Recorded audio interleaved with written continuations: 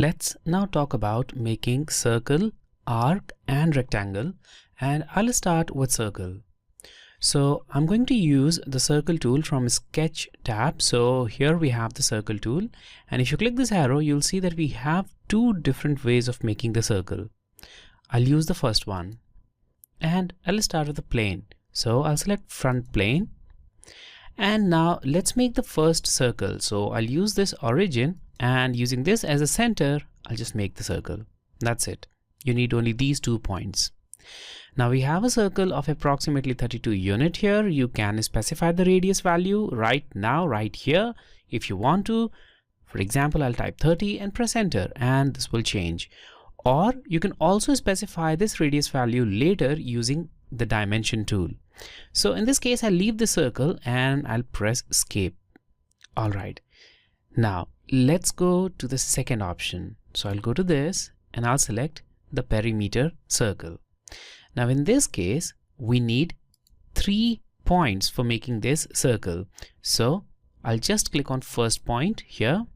Here goes the second point, and here goes the third point. So basically it will make a circle that will pass through 3 points. Once again, if you want to specify a radius here, you can do so, or you can do that later using dimension. Now let's talk about creating arcs. So I'll just move it aside, and then we have the arc tool here, and if you click this arrow you'll see all the 3 arc tools that we can use. Let's start with center point arc. Now as the name suggests, you need to start with center point. So I'll click at a point and that's going to become the center. Now I'll click here and we have the arc now. I'm moving my arc in anti-clockwise direction, so it's making it in this direction. But if, however, you just move it in the clockwise direction, it will make it in that direction too. So here I'll just move it in anti-clockwise and I'll click here and we have the arc. Now we don't need to go back to all the other tools again because these tools are already available for us here. So now if you want to start making something else, some other kind of arc, then you can select it from here.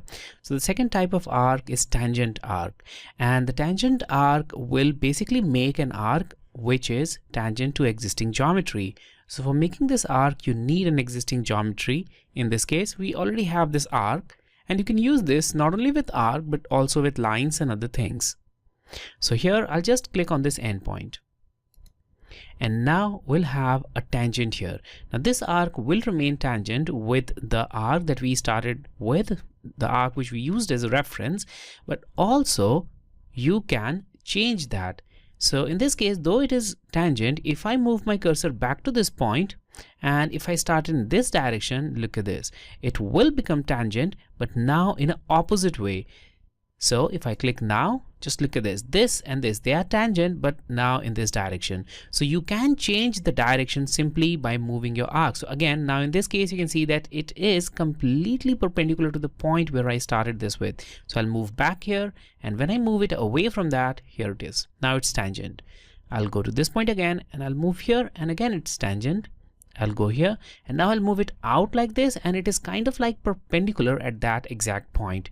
So depending on where you start your arc from, it will be either tangent or perpendicular, and the direction of tangency will also change. So I'll just keep on making, and here we have it. To exit out of this, press escape.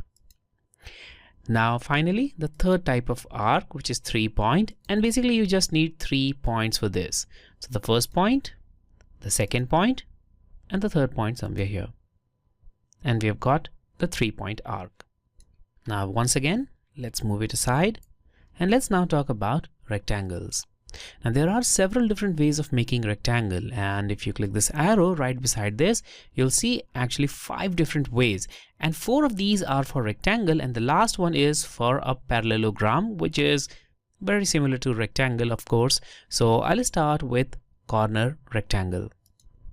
Now in this case we need 2 diagonally opposite points. So I'll click on first point here and the second point here, and just by specifying these 2 points we were able to make this rectangle. Now let's go to the second one, which is the center rectangle. So I'll select it from here, and then I'll click at a point, and that point will be the center of rectangle. Now if I move out, you'll see that we now have two diagonals, and also the rectangle will be made accordingly.